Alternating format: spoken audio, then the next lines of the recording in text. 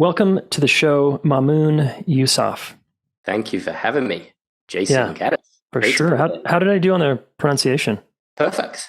Okay, great. Yeah. Nice. Good to see you again, man. We're new friends, and it's nice to be in touch with you. And I'm excited because I'm going to get to know you better here. Yeah, me too. I feel like at this point, we're just interview buddies. We keep interviewing each other. That's right. Yeah. See you next year when I interview you again. There has to be thousands of listeners, right? It's like Totally. So you've got an interesting story. Before we get into your story, when people ask you, who are you and what are you up to, or what do you do? How do you answer that?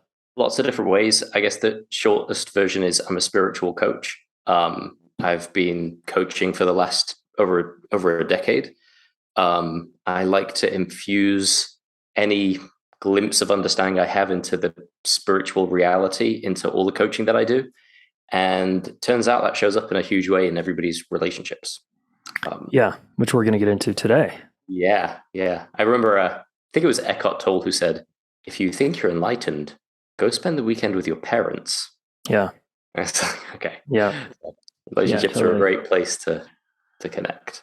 Yeah. I can't remember who that was, but I don't think it was Eckhart Tolle, because he so often doesn't teach about relationships. I don't think he's like, in my memory and / experience. Yeah. It's like, go into the light and just like, it's all good. Yeah.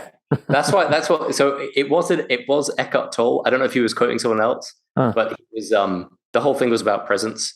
But as soon as he started talking about relationships, it's just like everybody was hanging on his every word. Oh my God, yeah. There is a presence way of doing relationships. Nice. Why spiritual coach? And I'm kind of glad you didn't say spiritual teacher. Great question. I'd love to know why you're glad I didn't say it. But the reason I don't say that is because, it's with a caveat, it sounds a little bit silly. And the caveat is, unless you are actually the master of a spiritual tradition recognized by everyone. So like, I know of people who are literally Sufi spiritual masters. And if they said they're a spiritual teacher, I'd be like, yes, you are literally. Mm-hmm. Literally, you are literally an inheritor of the spiritual path of the Prophet Muhammad, peace and blessings. Like, so there are people like that. Yeah. That's not me. It's not me, and it's not even an aspiration, because I believe we're all put in the position we're in to do the most good we can from where we are. And I am literally a coach, and I literally talk about spirituality. So it's funny because I never called myself a spiritual coach until within the last few months. And I have a friend called Tiamo who teaches this great stuff about joy first. And I was going through a class with him, with my wife, and he was saying something, and I was like, I just had a huge insight. Mm-hmm. And I said to Rashida, Rashida, I think I'm a spiritual coach. And she looked at me like, yeah. That's literally, like, I started my coaching career with this thing called Qu'ran coaching, like helping people achieve their Qu'ran. I'm literally a spiritual coach. That is professional coach about spirituality. But I'd never thought even the term spiritual coach seemed too grand, and who am I to say I'm spiritual, and da-da-da-da. And it also clicked for me that one of the reasons, or one of the ways in which I'm a spiritual coach, is that my clients are spiritual. Mm-hmm. Like if I was to interview all my clients and I say, hey, at the end of the year that we coach together, what are the biggest changes in your life? Across the board, everybody would say, oh yeah, my spiritual life has completely changed. They're like, wow, it's yeah. Yeah. So it just makes sense hearing you say all that. What is the difference between spirituality and religion? And maybe you could use the Quran as context for that answer. And maybe you could answer for folks in the shortened kind of soundbite version of maybe what is the Quran. Yes. So I kind of want to answer both questions a little bit differently. So, great. So the difference between spirituality and religion is best explained by the Prophet Muhammad, peace and blessings upon him. When a man came to him, well, the real story is the Archangel Gabriel came to him, sat down with him, knee to knee, put his hands on his knees and said, what is Islam? And the Prophet Muhammad, peace and blessings upon him, said, it is to acknowledge there's one God and Muhammad is his messenger, to pray 5 times a day, to fast during the month of Ramadan, to give charity annually, 2.5% charity. I'm paraphrasing here. And to go on the once-in-a-lifetime pilgrimage to Mecca called Hajj. And the Archangel Gabriel said, correct, you have spoken the truth. And then he said, what is Iman? Which is, I guess it would be translated as faith or the belief system. And he said, well, it's to believe in God, the angels, the books, the divine decree, God, angels, messengers, books, divine decree, and the last day. And the angel Gabriel says, correct, you've spoken the truth. And then he says, what is ihsan, which I will translate as spiritual excellence. And he said, it is to devote yourself to God as if you see it, as if you see him, though you cannot, indeed, God sees you. Now, in Arabic, that's incredibly beautifully poetic.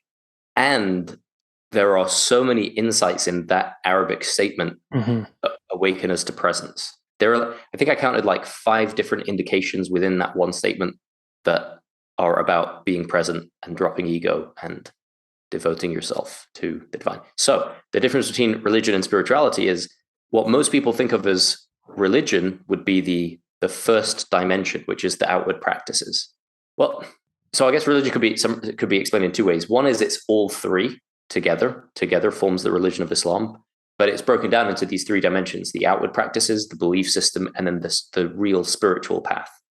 All of the Sufi tradition comes from that one. It originates from that one statement about being present to God's presence. So in a nutshell, that's how I see the difference between religion, which includes a bunch of practices and things like that, and has laws and rules and all of that stuff, and about pork and wine and what you can and can't do with women, all this kind of stuff. Yeah. And then there's the spiritual path, which is, in another place, the prophet said, I was sent for no other reason than to perfect noble character. And when his wife was asked, she said, what was his character like? She said, his character is continuous service to his family, right? That's the ideal we aim for. That's like to just be complete love, benevolence towards your family all the time. Easier said than done. You might need a coach or 2 for that. But yeah, so spirituality is about refining the character. The Dalai Lama said it really beautifully. He said, every religion has its own flavor of tea. So every religion has its own tea with its own leaves, tea leaves and herbs and spices and everything. And they're all beautiful and they all have a unique taste, and you might like some and not like others. But all of, the main ingredient of tea is water, and the water within all of these religions, that spiritual hydration everybody needs. Yeah. Yeah, cool. And in a nutshell, what is the Quran in terms of how you've studied it for so long now? Yeah, so the Quran is the holy text of Islam. It is the best, literally, without a shadow of doubt and without even any debate, the best piece of Arabic literature, full stop. All Arabic grammar comes from the Quran, literally. Without the Quran, there's no Arabic grammar. Right? It's like when I did a degree in Arabic, I didn't have religious teachers, but they were just like, yeah, it comes from the Quran, right? So it's this masterpiece, which many, in fact, Arabs believe is so beautiful, it couldn't possibly be the words of a man. That's the Quran. And we believe it's divine revelation from God to the Prophet Muhammad that we get to read and benefit from. Yeah. And is the core message of the Quran, again, limited understanding here in my naivete, about love and your relationship with God, essentially? Is that 100% of the Quran is about that? Okay. 100%. So the first word of the Quran is Bismillahir Rahmanir Rahim, in the name of God, the most loving, the most benevolent. That's the starting point and it's the first line of the Quran. It's also the first line of every chapter of the Quran, and it's the starting point of the whole thing. The message of the Quran is there's one God.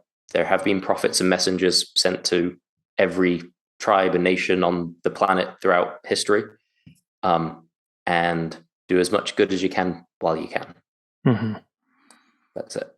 And how do so many Americans see people using the Quran for war? And obviously that leads to a big misunderstanding of the Quran. What's happening there? Is this just a typical religious story where the original teachings are sacred and beautiful and amazing, and then eventually politics get involved and they use the teachings to corrupt, manipulate, etc.? That's very accurate. I would say that there's two or three things going on. The first is that there are very few, relatively speaking, very few Muslims in the USA. So the average American could, I think it's 1% or something like that.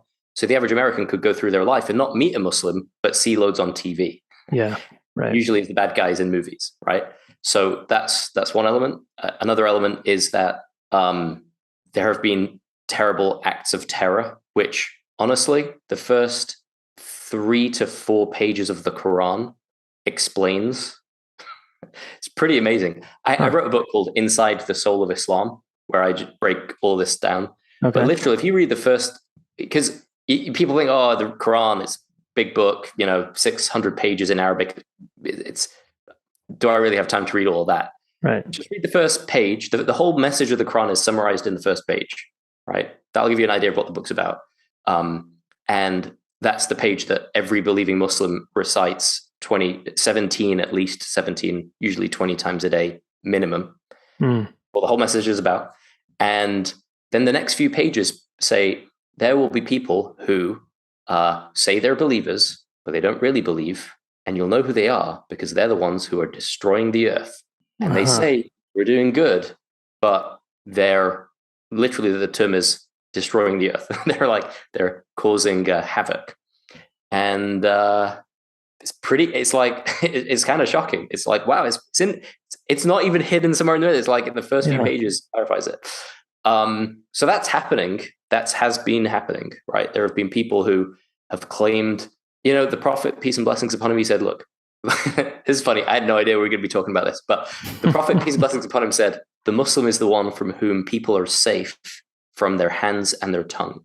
That's his definition of a Muslim. And if you meet a Muslim, you'll notice you're completely safe in their presence, right? Commonality. And then you're like, oh, but what about terrorists? Yeah, terrible Muslim, like worst Muslims ever, right? That's like saying Christians are good people. Jesus, peace and blessings upon him, was an incredible, enlightened human being. And then you're like, yeah, but what about the KKK? It was like, bad example of Christians, totally. Right? Yeah, it's kind of like that. Yeah. Got it. Wait, I gotta tell you. Somebody asked Muhammad Ali. Interview goes to Muhammad Ali. How does it feel to know that the 9/11 terrorists share your religion? And he says, how does it feel to know Hitler shares your religion? It's like, yeah, that's Muhammad Ali. He could get away with that. But. Right. Yeah, he's a badass. Let's go back to your story. How did you get into all of this? Not just the Quran here, I'm talking about more. How did you find your way from whatever family you grew up in to being a seeker and one who was really curious about this and then eventually began to study? Yeah, great question. So my spiritual journey really started when I was in high school, and I was really confused and curious. I was curious because I was like, it would be great if there was a intelligent way to connect with God and intelligent reasons to even believe in God, right? Because I went to a very good school in Manchester, the Manchester Grammar School for Boys. It's a very posh school. Okay. My Pakistani father, who grew up in a village in Pakistan, was very proud that he could send his kid to like the best school. Oh, for sure. Right? Yeah. So I went to a posh school, and it was, had an excellent education system. But in that education system, it was subtly and not so subtly clear that most of the teachers very much believed that religion is, made up.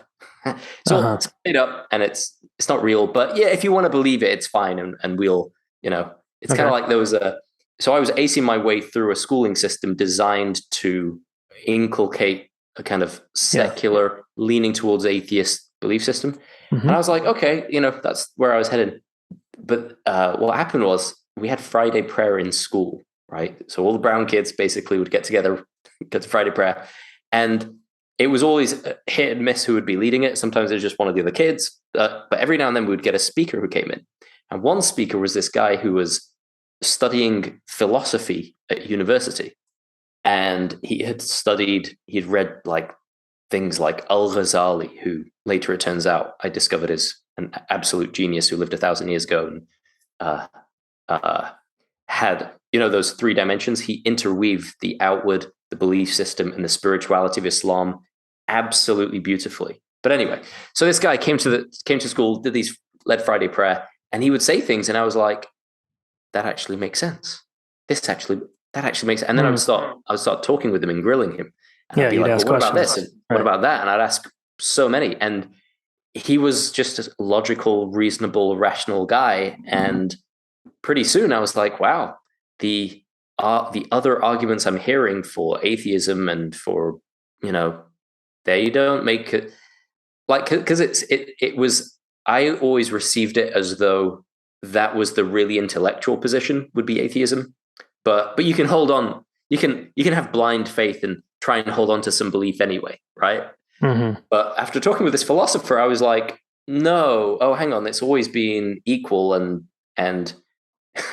honestly, there are there's this thing called the Kalam cosmological argument, which is it was never taught to me in school, but it's the strongest argument I've ever heard for God's existence. And I was like, wow, you my ancestors had some knowledge. They knew their philosophy. And what was the name of the argument again? It's called the Kalam cosmological argument. Okay, cool. Just in case someone wants to look that up. Yeah. And it was articulated by Al-Ghazali, Ghazali. Yeah. Cool. I might do a podcast series on this because it's just really cool. It's fascinating stuff. So, okay, so you're getting mentored essentially by this guy, and then what starts to occur?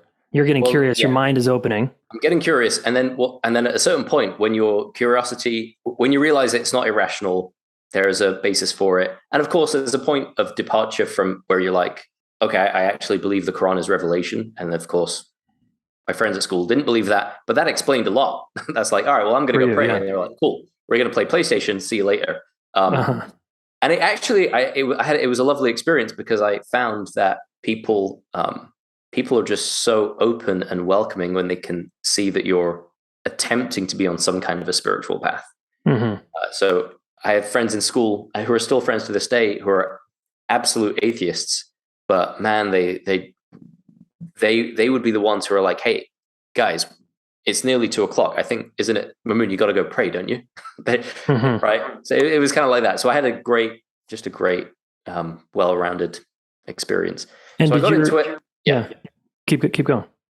I was just going to say, so I got into it, and then because there is the belief system, and it's kind of like when you're convinced enough about the belief system, like, okay, one God, this makes sense to me. It really exists. So, and then there's the spiritual path and practices, and I started to get into that. And then as soon as I started committing to praying 5 times a day, I was immediately pretty much the most religious guy everybody knew. So from then I was like, you're winning. Yeah. I was like, all right.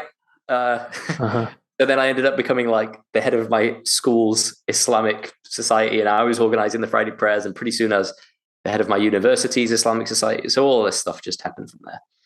And did your parents, were they supportive or not? They were cautious. They were like, okay, cool. I mean, right now they're super happy because they can tell that I didn't, become self-righteously fundamentalist or something. Yeah, or just a jerk, Some people can go into religion. The whole point is it's meant to purify your character and make you the best version of yourself.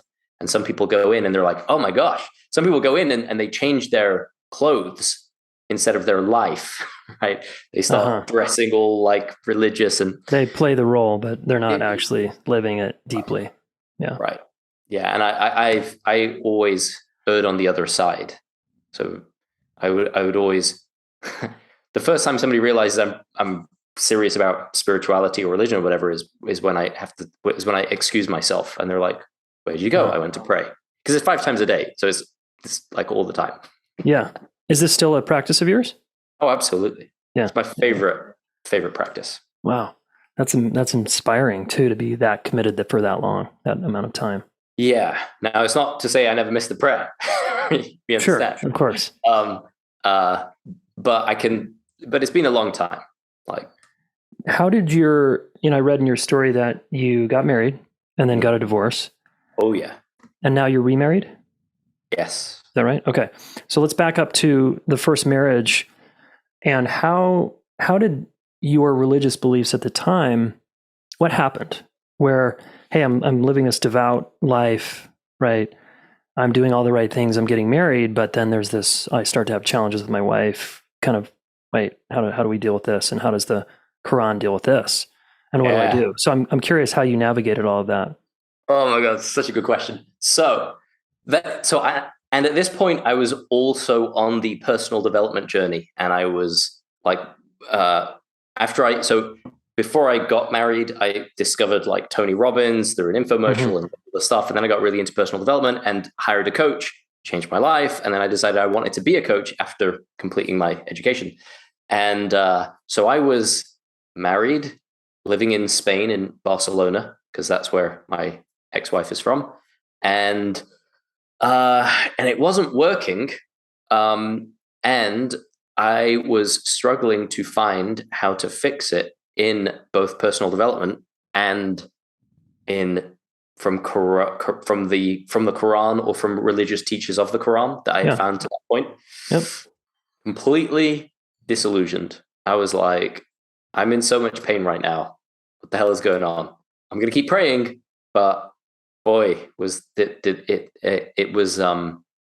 probably the most challenging phase of my life, hands down. I was broke at the time as well, which obviously doesn't help anything. It was a struggle, and I was living in my ex-wife's apartment and struggling to pay my way, and the whole thing was in a big mess. And here's the thing, like, if you like, there's a course like called the fiqh of marriage. It's like the laws of marriage. And I realized at some point, studying the religious laws of marriage to try and improve your marriage is a bit like studying the laws of sacrificing animals and eating meat in order to improve your cooking. Those laws don't help. They're just like the boundaries. Like, okay, what do you do if you want to get divorced? How does the divorce work? How are you allowed to? How long afterwards can you get remarried? All that's what the laws are, but they're not. It's not actual guidance. It's not like. And in the personal development world, there were books and there was ideas, and men are from Mars, women are from Venus. I would read that kind of stuff, but it was like, it's not working. Yeah. So that was a big struggle. Hey, if you want to uplevel your life, your relationship life specifically, I want you to consider our Relationship Mastery program. It's 9 months of complete transformation, where you become a better listener, a better communicator, you learn how to have secure relationships, and you get an experiential taste of that. You feel seen and supported and challenged to reach your relationship goals. And really, you become a better communicator. So many, many people have gone through this course now. And we have a done with you version of it now, which is amazing, where you get assigned a private relationship coach. You get to do live group coaching with me once a month and ask me anything you want. There's office hours where you get to meet with one of our coaches to nerd out on the curriculum. And the community is very strong. And these are people who care a lot about relationships, and they want to get what they want to get, which is they want to be in a relationship and not betray themselves, right? They want to get the relationship they want while being true to themselves. That's what most of us want. And this course is the path for you to get that. Here's what one of our participants in the past has said about this course. When I first started, I felt really unsure and kind of on rocky ground in terms of relationship and where I was going and what my life was all about. And what I've learned in the program is that I have needs and I can actually speak them. And when I do that, I'm way more clear. I'm easier to be around because I know what I want and need. I've also realized that I have had issue with boundaries, and now that I'm more clear on my needs, boundaries are more clear as well. So that's been a gigantic piece for me. You know, life is relationship, right? And so knowing where you stand and then how to relate that to other people could change a person's life completely. It has changed mine. All right. Amazing words from one of our heartfelt students here at the Relationship School. If you want to change your life like they did, go to relationshipschool.com/relationship mastery, and we'll see you in there. So how did you actually, what tool or resource helped you the most in that time? Whether it was the personal development or the religion or whatever else, friends, mentors. It was personal development, and it was an insight I got from a relationship coach training. And it was kind of this realization that really dropped. And the idea was, make yourself happy. No one else can. And I get upset because of me, not because of you. And I was like, oh, whoa. Now, I didn't know it at the time, but from the moment I heard those words, divorce was inevitable. Like it wasn't going to fix marriage, because it was like, well, hang on a second. If my stuff is me and her stuff is hers, I kept taking on her stuff, thinking that I was the reason she was feeling the way she was, and vice versa. And although you were, just to challenge that, your behavior does have an impact on your partner, right? It has. You do things that trigger your partner. Right. So your behavior can be, I'm looking for a politer word than just terrible, bad. It can be destructive, sure. Yeah. And it can destroy a relationship, no doubt.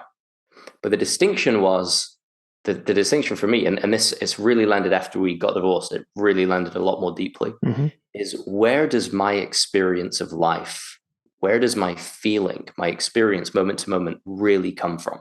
Is it coming from the world outside of me? Or is it coming from my state of mind, my level of consciousness, my thinking in this moment? And turns out it's coming from your inside world, not your outside world, right? And we tend to project it onto our partners and onto whatever's going on around us.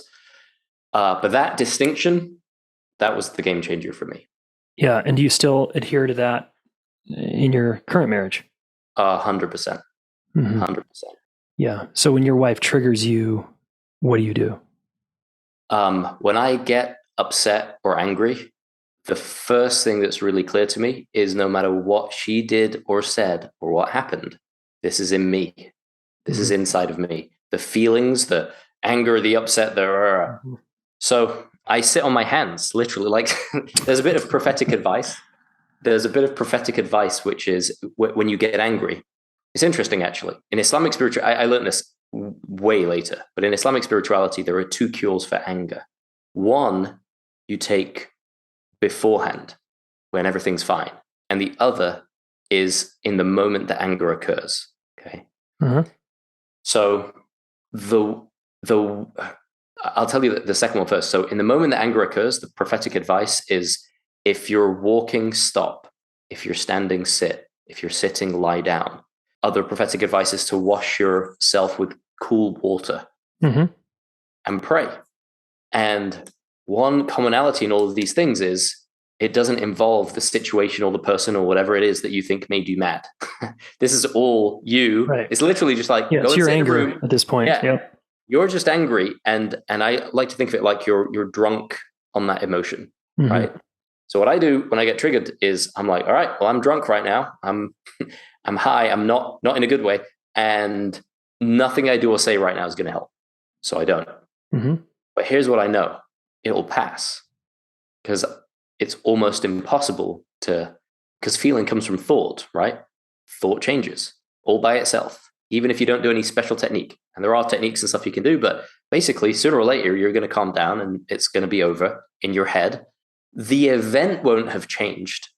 The thing that you were mad about will still be there, but you're in the worst state of mind to deal with it when you're mad, right? Yeah, for sure. So I'm like, when I get mad, I'm like, all right, well, the only thing I'm going to do right now is nothing, because all the thoughts coming to me about what to do are really bad ideas. Yeah. But it's not nothing. It sounds like you are doing something. You're sitting on your hands, metaphorically. You're sitting down, lying down. Yeah. And yeah. are you, and maybe praying in your case, and someone else might just breathe through the energy of anger, right? Absolutely. Notice the feeling in your body, let it pass. Do angry press-ups if you got to, but basically whatever it is, I'm out of harm's way. Mm-hmm. What it's really easy to miss is that when you're angry and upset and hurt and just you're poisoned with all of these negative emotions, at that point, you're actually the problem now. Yeah. It doesn't look that way to you when you're in it, but whatever happens now is probably going to be, it's going to be you. So the kind of the thing I've realized is, given that feeling's always coming from thought moment by moment, I've discarded the idea that it's my wife or that it's my kids, right? I've just it's discarded. It's like, I know that's not true. It's not helpful. It's not going to work that way. I'm in a state I won't be in a few minutes or a few seconds or a few hours, and then I'll be able to deal with whatever it was. So when you go back to deal with whatever it was, let's say your wife, like what's something that you get angry at your wife about? Good question. Let's get practical here. Good question. All right, let's see. Or got angry with her about in the last year, something. Yeah. It's not that there aren't examples. I'm just looking for a detail. Sure. So it'll be something silly like occasionally she'll borrow my smartphone. She doesn't use a smartphone, so she'll borrow my smartphone. Okay. Borrow. Whether or not it's convenient, whether or not it's, and so sometimes I like 95% of the time it's not a problem. It's just like, yeah, whatever. But then that other 5%. But, yeah, sometimes you get angry. So when you go back to her and you go to talk to her about this after you've gone and sat on your hands around your anger, what do you do? Great question. So it's really interesting because at that point that there's two possibilities, right? At that point, it may not even seem like an issue anymore. And honestly, with this one, it doesn't. Yeah, that one's kind of a smaller thing. Small thing, so it doesn't seem like an issue. But if it was a big thing, if it was like, hang on, we might have a values conflict here. We might not be on the same page. Yeah. If it's a bigger thing, when I'm over it and when I'm in a really good, happy, loving mood, then we can have a team talk and be like, all right, here's the thing. How do we deal with this? When this happens, it's inconvenient for these reasons. But all of a sudden, it's kind of like now we're on the same team addressing the issue versus the issue being between us. So it sounds like you don't even talk from a triggered place to your partner. You wait until you're in a good place. When I'm being sensible. When you're being sensible. When I'm being sensible. Yeah. Yeah. Okay. Interesting. We're a little different here. Okay. But I like learning new ways, and I like learning about your way, which is cool. Yeah. When you so getting you through the divorce, it sounds to me like, for whatever reason, like let me ask you a first question. Was she religious also? She was not religious, Spanish, Christian of Catholic background. Got it. So in the end, when you look back on that divorce now, what was the big primary lesson learned for you? Honestly, the biggest, most primary lesson was, it was basically, women don't cause your feelings. However elated they are or however down in the dumps they are, it's like there are two independent things going on, right? And I mean that in the positive sense and the negative sense. So like, even with my wife right now, I absolutely, completely love my wife when I'm in a loving state of mind. Yeah. And I know that I can be a nutter when I'm not in a good state of mind.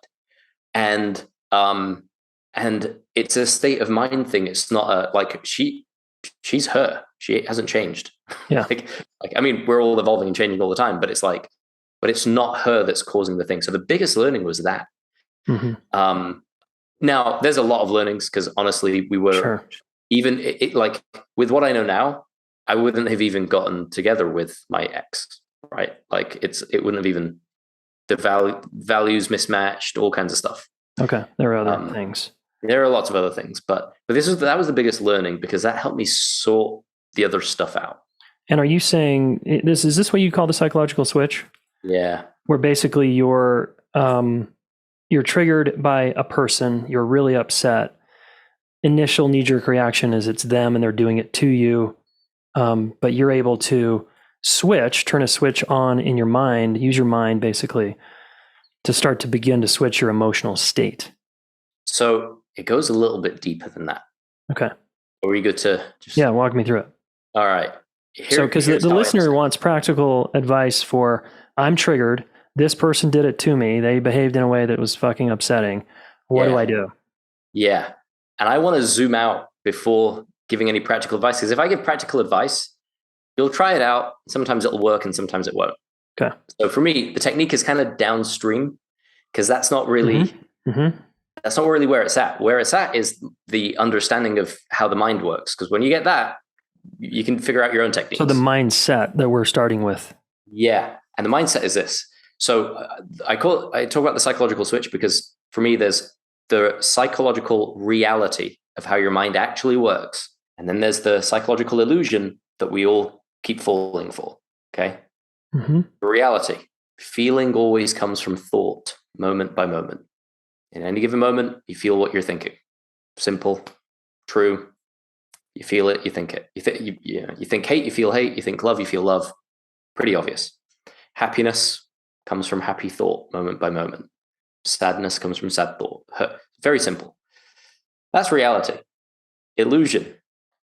You made me mad. You upset me. You make me feel so loved. As if it's that person or event that's directly causing my feeling. Now, I may think about you in a really loving way when you do certain things, or for no reason whatsoever. I may think in a really happy way when we're doing certain things together, or for no reason whatsoever. But the illusion comes when we attribute my feeling state is from you. And here's the thing. The whole time you've been asking me, you're like, what do you do when your wife triggers you? Which presupposes she's triggering the feeling, right? Right, but if I kick you in the nuts right now, I'm pretty sure I caused that feeling of swelling, true. Absolutely, of pain, of agony. 100%. Right, and then you're going to have a primal response to me, which is you did this to me, and that's there's a truth 100%. to that, right? There's an absolute truth to that. But you see, here's the key. Your soul doesn't have nuts. Your soul, you can't kick my soul in the balls, right? Right. So, and that's really the distinction: is the body physically, and to some extent, like your hormones, the chemicals in your brain, all of that part of the physical body. No argument there. Like you stab me, you cut my arm, I'm going to bleed, and I'm going to be in physical pain. Right? Yeah. But when we're talking about the psyche, which is the soul or mind, consciousness, thought, different words for the same reality, that's a higher order of thing. Yeah. Yeah. You're basically saying, okay, I'm going to kind of turn off the animal amygdala sort of response, and I'm going to go to a place of working with my mind, this place of the soul, where it's not personal, and this feeling I'm having is just a feeling I'm having, and it's not like whatever. Exactly.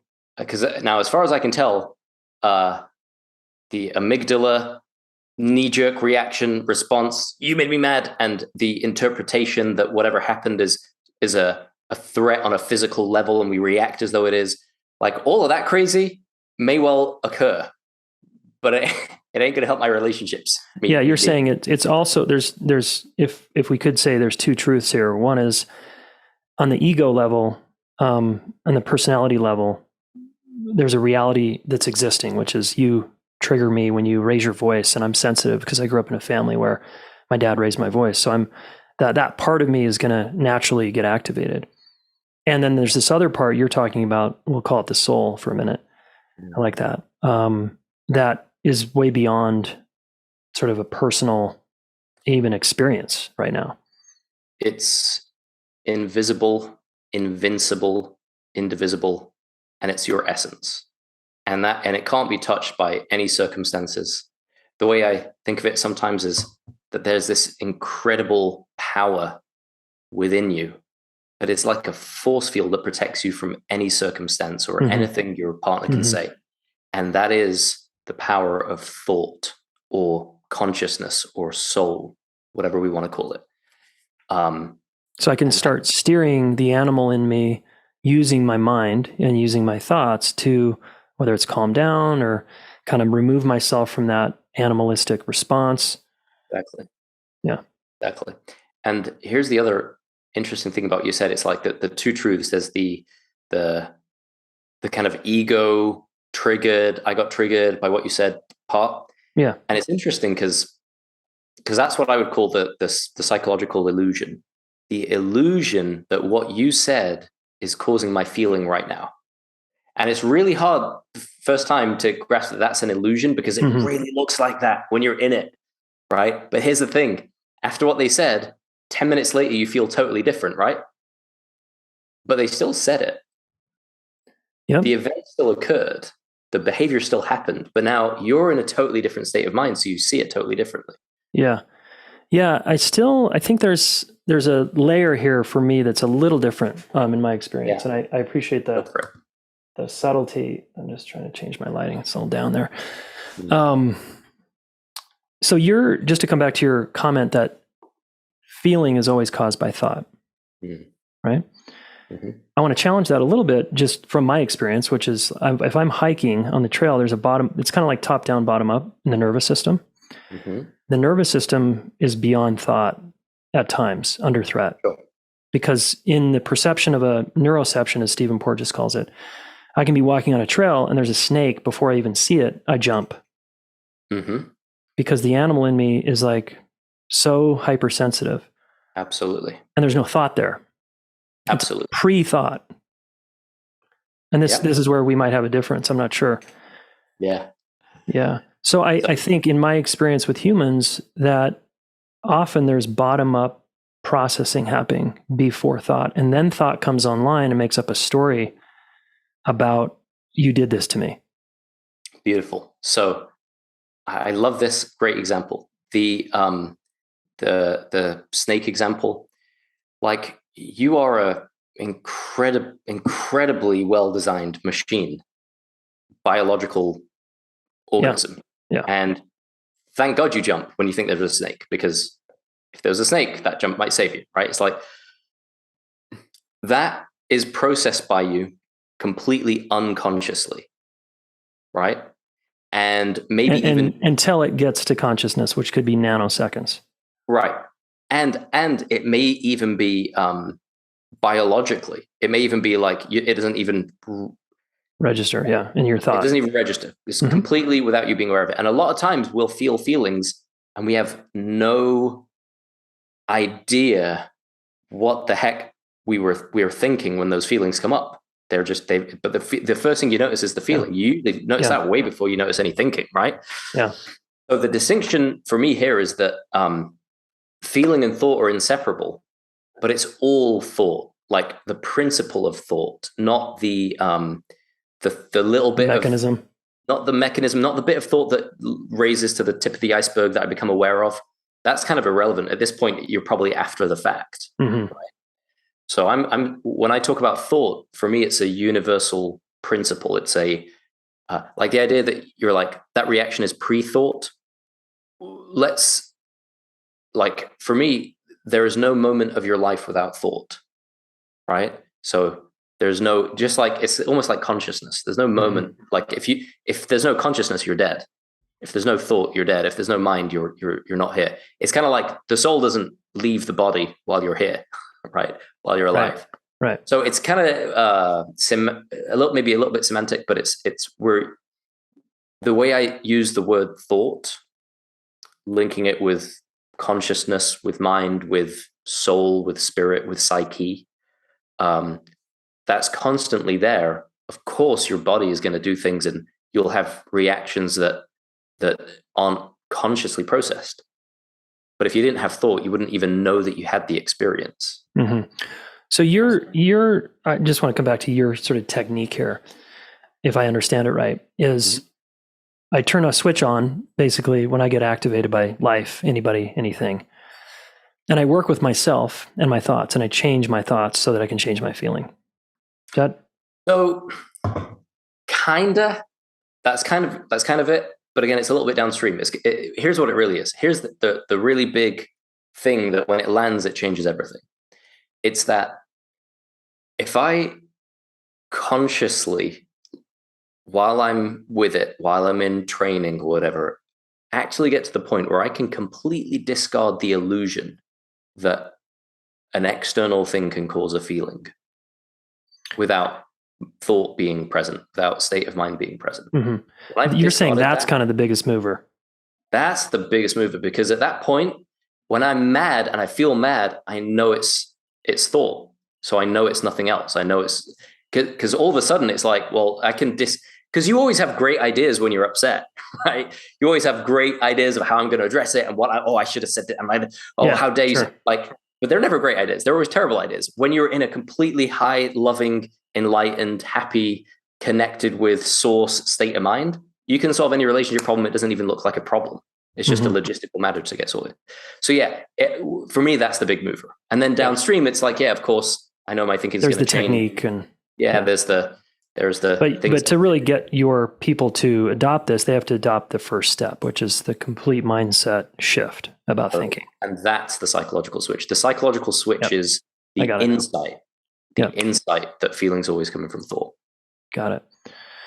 Yeah, fascinating. We're just about at time, so that was good that we got there, so I could understand your methodology here. Did it a nice little bow. Great. Okay, listener, go try it. Boom. Do it. Good luck with that. Yeah. Nice. And now you teach people this. So where do people find you? What's the sort of spot if they were like, ooh, this is fascinating, I want to take another step? What do they do? Yeah. You just go to mamoonyusaf.com/switch. Mm-hmm. You can check out a masterclass all about the psychological switch. Great. Yeah. And I'm on your website now. It's right at the top there too, in the menu bar. Yeah. Yeah. Cool. Awesome. mamoonyusaf.com/switch. Yeah. That's it. Cool. And do you got any social handles for us? I'm hardly ever on social media. Good for you. It's on my to-do list at some point in life is to, I have a podcast, which is not social at all. That's just me talking at you. But yeah, I don't really have a social handle. Just, go to the website. I respond to everyone who emails me though. So you can do that. Okay. That's cool. You're one of those people that's really good with their email. Is that true?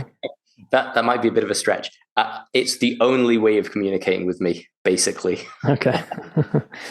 One final question for you. We ask all of our listeners the same question, which is one of our aims is to reach young people with relationship education. So if I had a room full of high schoolers, 1,000 or so, and I could only share with them one thing about love or relationships, and you were whispering in my ear, what would you want me to tell them? This might be a long pause, so you might need to edit this, but bear with me.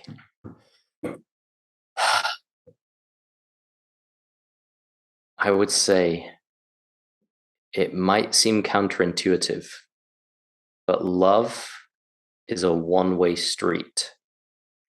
You fill up from the source of love, it fills your heart up, and you give it to the world, and you give it to all those around you.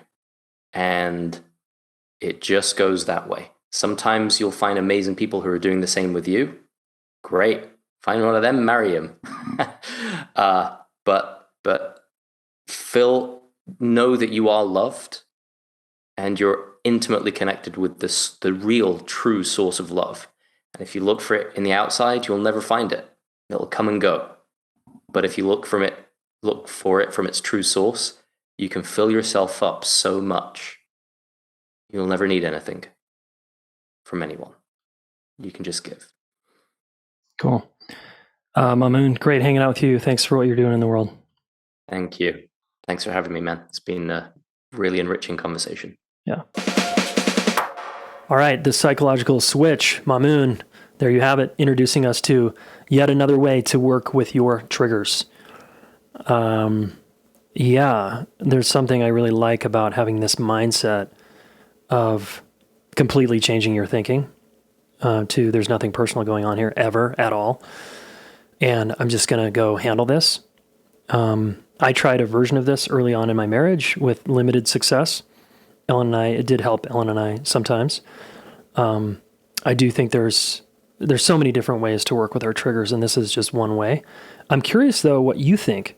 So here's what I want you to do. Other than go check out Mamoon Yusaf at mamoonyusaf.com. Go try this. Try changing your mindset completely, and then enter into the trigger, and then report back. I would love to know.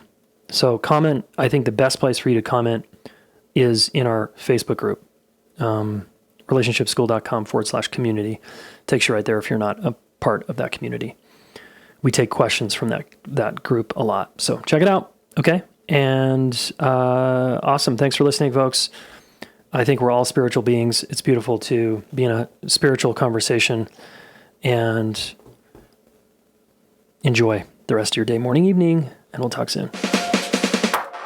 If you live in the United States and you want to receive text messages from me about my personal life or little daily reminders, you can do that now. It's so cool. And you just need to text the number 720-704-4852, or you can go to my.community.com/Jason Gaddis. And that way you can sign up for text. And if you just text me podcast, I know you came from the podcast, and I will be sending you text messages. You can always stop at any time just by typing in STOP. All right? Yeah, I look forward to connecting with you on your phone, folks. As you know, I've dedicated my life to helping people with their relationships, right? I want to solve this problem so that all of you can work through your differences and have fulfilling, amazing, badass partnerships and relationships, family, coworkers, friends, whoever. And I have trained a ton of relationship coaches, almost 100 certified relationship coaches, to help you specifically work through your relationship challenges. So I want to invite you to a special deal we're offering to the podcast listener, where you can get 50% off your first month of coaching with one of our amazing relationship coaches. Okay, if you're tired of therapy, it feels like that's going around in a circle, or you want to actually set goals and accomplish your relationship goals, hire a relationship coach. Okay, go to relationshipschool.com/get coaching now, and then use the coupon code FIRST50 to get the 50% deal off your first month of relationship coaching. Super psyched to have our amazing coaches serve you and help you get to the next level. Hey, thanks so much for listening. Please subscribe to this YouTube channel. Share one of these videos with a friend. We want to help the planet get their act together around relationships, and you are one of them, so thank you.